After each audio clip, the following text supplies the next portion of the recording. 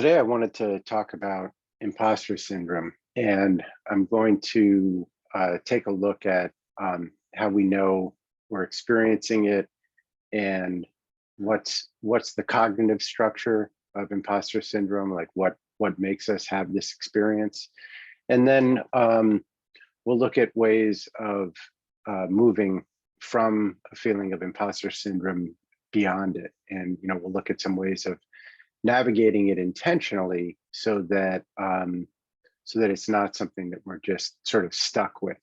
Um, so the first thing is kind of, how do you know you're experiencing imposter syndrome? And I'm sure it's different for other people, or different from person to person. I think some commonalities are, feeling that you don't belong in a particular role. It could be a job title that you have, and the feeling that you're just pretending or faking it, and that at any moment people may find out that you don't know what you're doing. And I mentioned this in another talk. I had a coworker years ago, and he and I both experienced this almost on a day-to-day basis, and we had sort of a running joke that at any minute the boss was going to figure it out, and that either of us would have to leave our job. And at that time, I happened to be taking a seminar, and the trainer mentioned that many people experienced imposter syndrome. So it was interesting when I found that out and shared it with my coworker. We both realized that it wasn't something that just we were experiencing, but apparently, more than 70% of people experience imposter syndrome from time to time. And one statistic that I read is that in CEOs, it's more than 85% experience it. So in terms of how it works, one thing that I notice is I don't tend to notice imposter syndrome when I'm by myself. So it's definitely something to do with social interaction, and I believe that it's the feeling that the people around us are expecting something from us in a particular way. I was thinking about when I was a kid, I would go fishing, and I never thought, first of all, I didn't think of it as an identity that I'm a fisher person. I just fished. I was just in my experience. So there was nothing about an identity that I was relating to. But when we go into a particular job, or especially a particular job title, it can be easy to become self-conscious and think, what are the people around me expecting of me? Like, do they have a certain playbook or a set of criteria that they're judging with that I may or may not be meeting, or may or may not be aware of? So, that's the first thing that I notice in terms of the structure of imposter syndrome. Now, what are some things that we can do about this? I think the place to start is noticing places in our life where we experience this versus places that we don't. And what I've noticed over the years with myself and with clients is people tend to experience imposter syndrome when they're in a transition, when they've just started a new job, or just getting promoted into a new position. That's when it tends to happen. Now, there are exceptions to that. I'm always struck by the fact that Meryl Streep says she still experiences imposter syndrome. And I guess I could understand that a little bit, because she's playing different roles all the time. So, maybe she hasn't settled into a general sense of being an actress, but she may be judging herself based on how she's doing in every new role. That's how I'm guessing it occurs for her. I think the next thing we can do, besides noticing where does this happen and where does it not happen, is in contrasting those, getting a sense of which types of identity have we grown accustomed to in such a way that we feel we can say, this is me, or at least this is part of me. we all have parts of our identity that are like that. It's, you may feel like an adult, or you may not feel like an adult. So there are parts of our identity that we say, yes, this is me, and you feel comfortable assuming that identity. And so it makes sense when you're in a new identity that you would feel that you're pretending. It's like trying on new clothes. It's a while before you feel comfortable in those clothes. So for me, that's the first window into what you can do.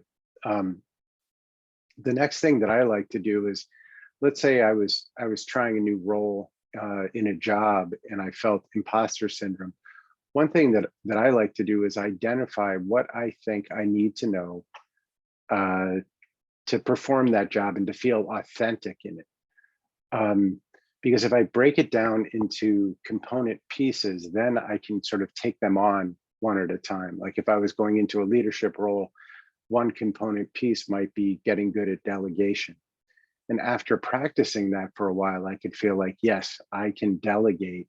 And that's one component of that identity. So instead of trying to handle it just at the identity level, I also like to approach it at sort of subcomponents or sub capabilities of that identity.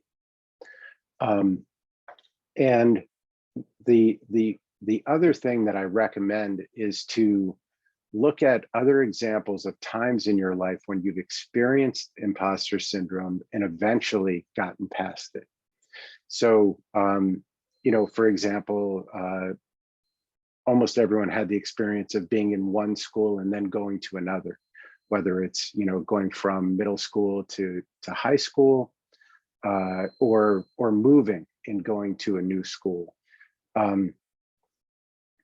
At those times, the first couple of days in the new school, you don't feel like you're one of those students yet. And for many people, it may be a year or so before they really start to feel comfortable and settled in that new role.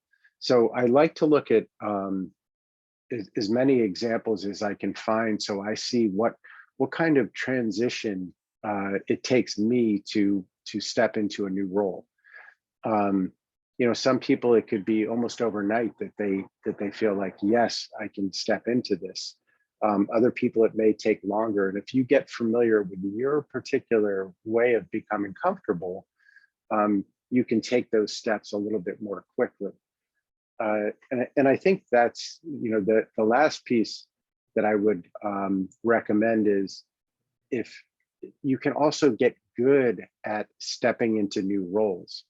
I had a friend growing up that I met in 10th grade because his family had moved around a lot. So I was really struck by how quickly he assimilated into the new school. In fact, he seemed to be assimilating, in this case it was high school, he seemed to be assimilating more quickly than I was coming from middle school.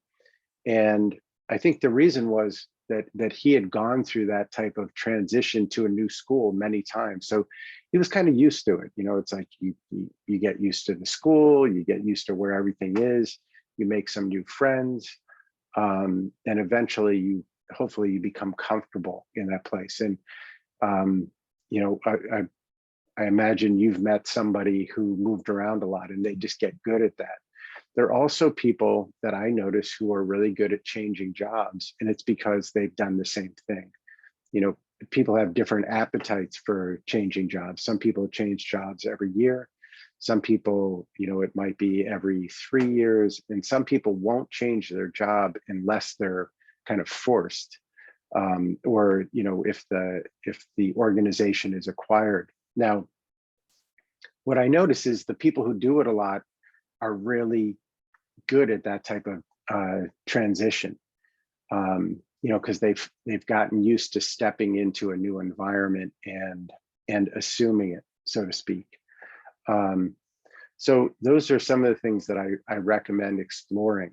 And the other thing you can do, as you begin to identify the component pieces of a particular identity, not only can you go about learning them intentionally, but you can also use your imagination You know, if you're stepping into a new identity, part of the reason people feel that they're pretending is because they are pretending. They're trying on something new, and instead of fighting that, I would recommend, you know, one person's pretending is another person's mental rehearsal, and that's what it is. You know, allowing yourself to really imagine being in different situations and how you would respond in this new role, in this new identity.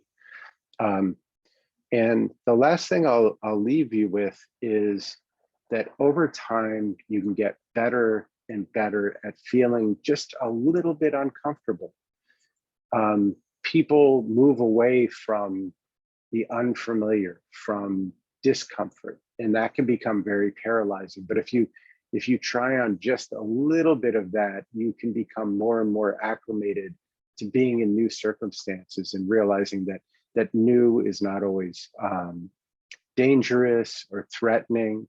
You know, it's really just new. It's like trying a new food, and in time, like food, a new food can become your favorite food, and a new identity can actually become more of a feeling of stepping into home and a place where you really thrive.